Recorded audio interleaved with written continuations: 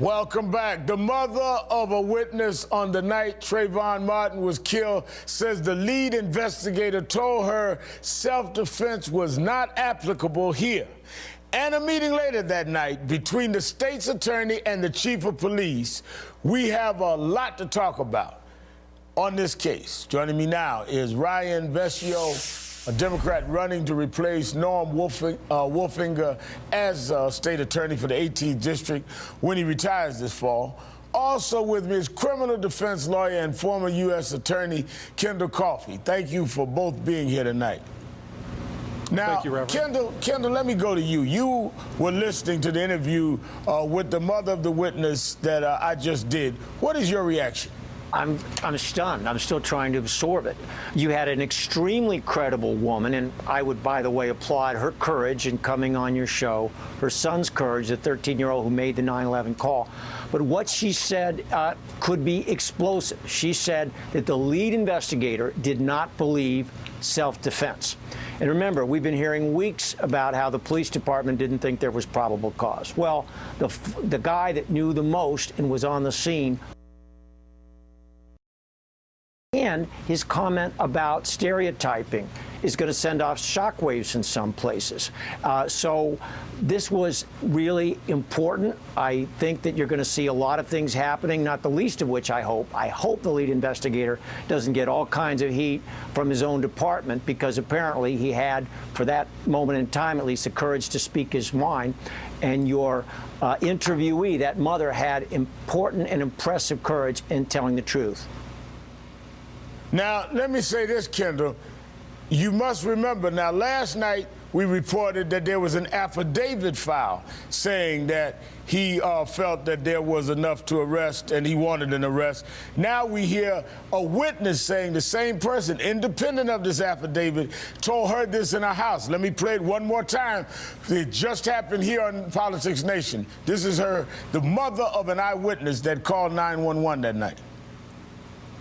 Now, as the investigators communicated with you and arranging and talking to you around the interview of your son, did they tell you whether they felt this was self-defense or not?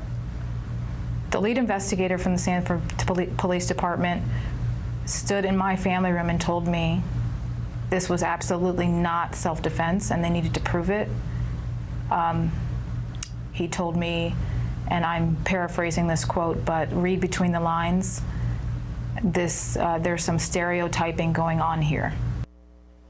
So you have the affidavit, Kendall, and now you have this young lady whose 13-year-old son called with his sister that night, really saying the same thing, and clearly we had no way of knowing what she was going to say in this exclusive interview. This could be a real bombshell on all of those that were arguing that that night it was just a feeling of police that this was self-defense, and that those that were raising a question of racial profiling were just race baiting here when she said, the lead investigator said, they're stereotyping. Read between the lines. Yeah, I mean, that's why it was so compelling. And you and I know, we listened to her. I believe everything she said. I think that's exactly what was said inside her home. And I think we have to begin to look at this case in a more serious way about what happened inside the investigation. What was the police chief doing?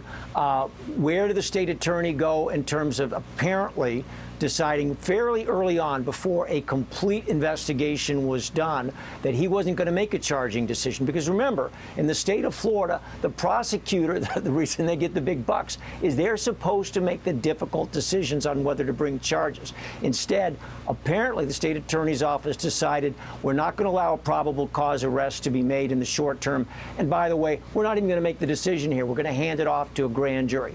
Those are the kind of things that, frankly, invite a lot of second guessing, legitimate questions to be raised, and some questions to be answered. Now, Ryan, you're running to replace the outgoing state prosecutor here. What do you think, and you're not running against him, I understand he's retiring, but what do you think of him meeting that night with the police chief and him really denying, as we are told in reports, if sources are correct, the request of the lead investigator to arrest this man and charge him with manslaughter. Well, I think the biggest thing that we've seen so far in this case is that the state attorney, over 3 weeks after that initial night, sought to claim this case as a conflict of interest and really pass the buck because, as Kendall said, he didn't want to make the tough decision. Well, you know, Reverend, incompetency is not a conflict of interest.